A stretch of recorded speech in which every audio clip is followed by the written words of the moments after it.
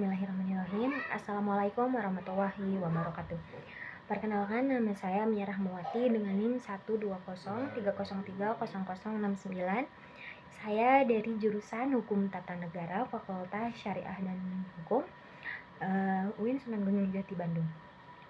Di sini saya membuat video ditujukan untuk memenuhi tugas praktikum saya Basul Kutub dengan judul Petugas Pemungut Zakat.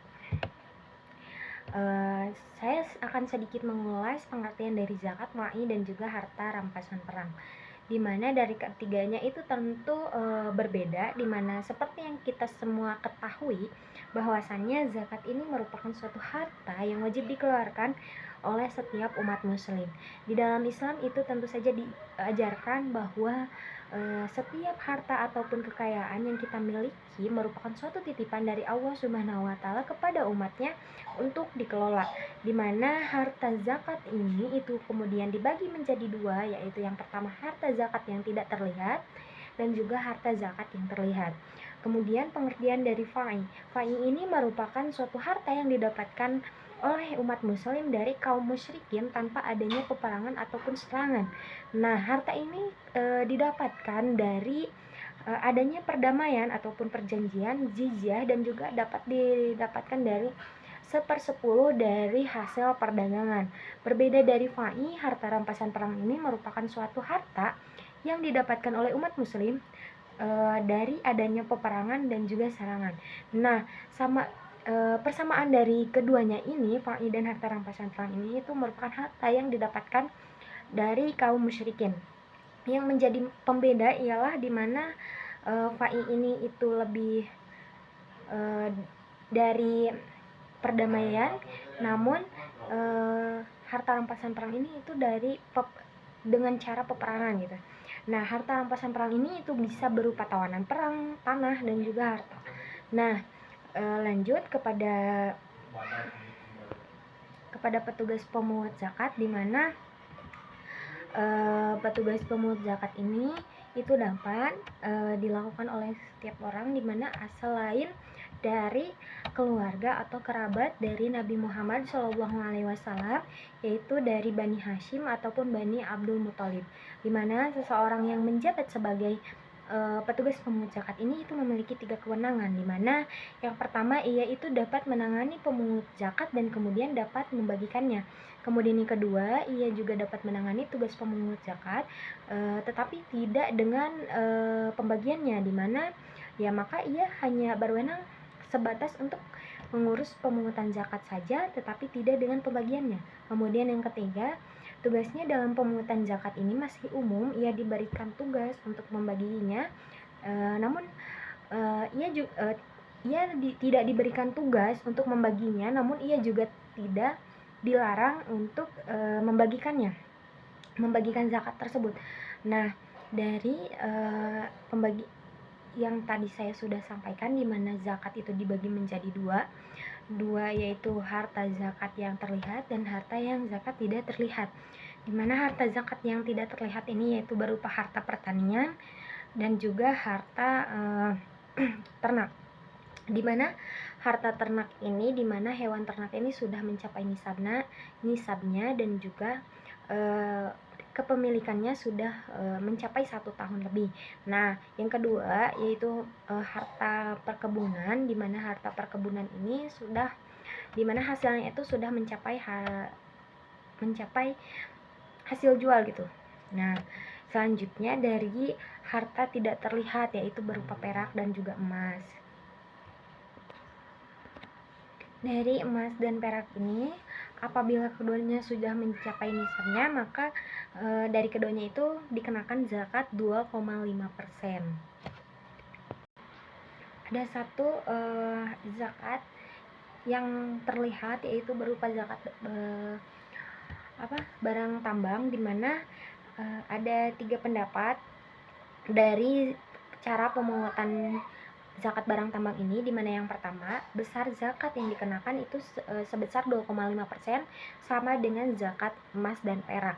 Nah, yang kedua ini, besar zakat barang tambang ini sama dengan sebesar 20% sama dengan yang dipungut dari rikas. Nah, yang ketiga ini, besar zakat yang digunakan tergantung dengan kondisi. Apabila biaya ekspornya dikenakan lebih besar, maka zakat yang dikenakan itu 2,5%.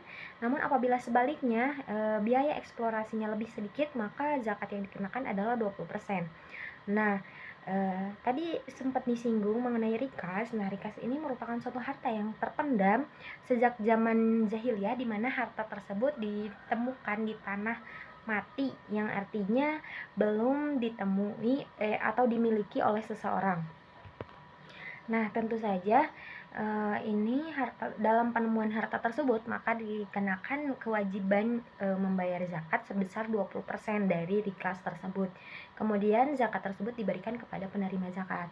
Nah, setelah petugas pemungut zakat selesai mengumpulkan seluruh zakatnya, petugas tersebut harus membagikan kepada 8 yang berhak menerima zakat tersebut, dan dalam pembagiannya itu dilakukan secara adil dan sama. Yang pertama itu kepada kalangan kafir, dan yang kedua kepada orang miskin yang merupakan orang miskin yang memiliki kondisi lebih parah dari fakir. Nah, kemudian yang ketiga ada amil zakat. Hal ini dibagikan kepada 2 kelompok, yaitu yang pertama petugas pemungut zakat dan yang kedua kepada petugas yang membagi-bagikan zakat.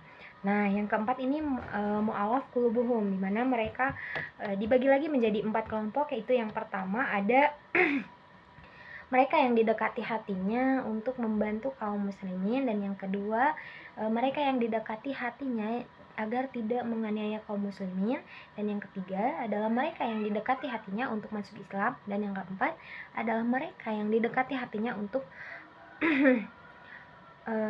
masuk Islam. Nah, yang kelima ini ada hamba sahaya, dan juga yang keenam bagi mereka yang menanggung hutang. Nah, bagi mereka yang menanggung hutang juga berhak untuk mendapatkan zakat yang dibagi kepada 2 kelompok lagi, di mana yang berhutang untuk kepentingan pribadi dan kelompok, dan yang berhutang untuk kepentingan kaum muslimin. Nah, yang ketujuh ini adalah fisabilillah, di mana yang kedelapan bagian dari ibnu sabil. Nah, lanjut kepada fa'i, di mana tadi sudah dijelaskan mengenai pengertian fa'i, di mana fa'i merupakan suatu harta yang didapatkan dari kaum musyrikin tanpa adanya peperangan atau serangan dari umat muslim.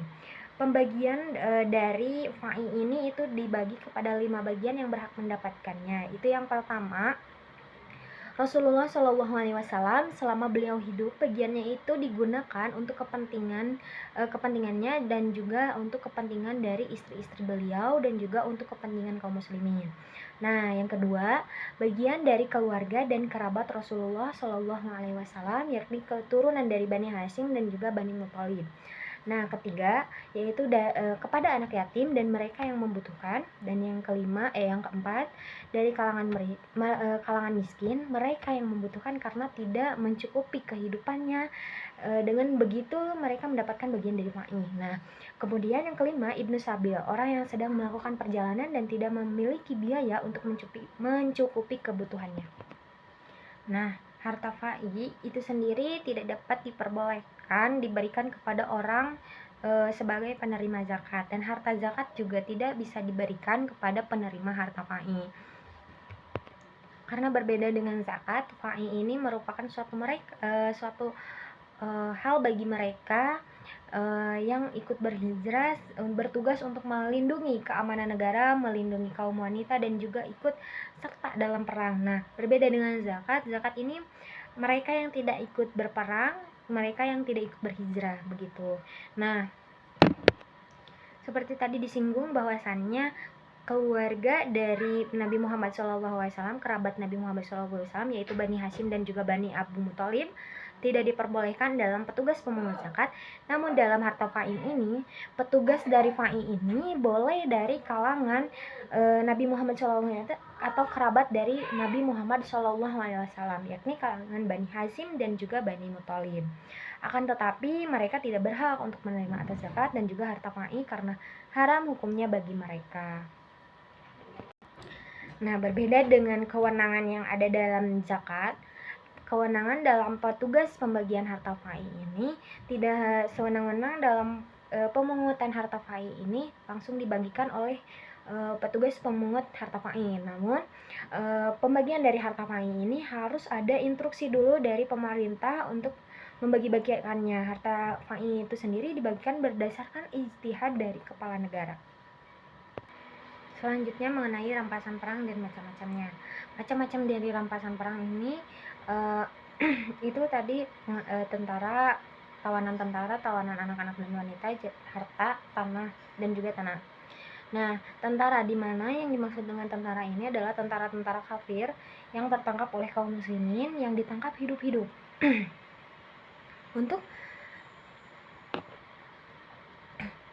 itu ada beberapa hukuman bagi mereka. Itu yang pertama ada membunuh mereka, dan yang kedua ada menjadikan mereka sebagai hamba sahaya, dan yang ketiga menerima tebusan dengan harta atau menukarnya dengan tawanan kaum muslimin, dan yang keempat adalah memberikan amnesti kepada mereka dengan percuma tanpa dikenakan biaya ganti rugi. Namun apabila mereka memilih masuk Islam maka pilihan membunuh itu lenyap, maka tersisa dari tiga pilihan itu dari empat yang tadi.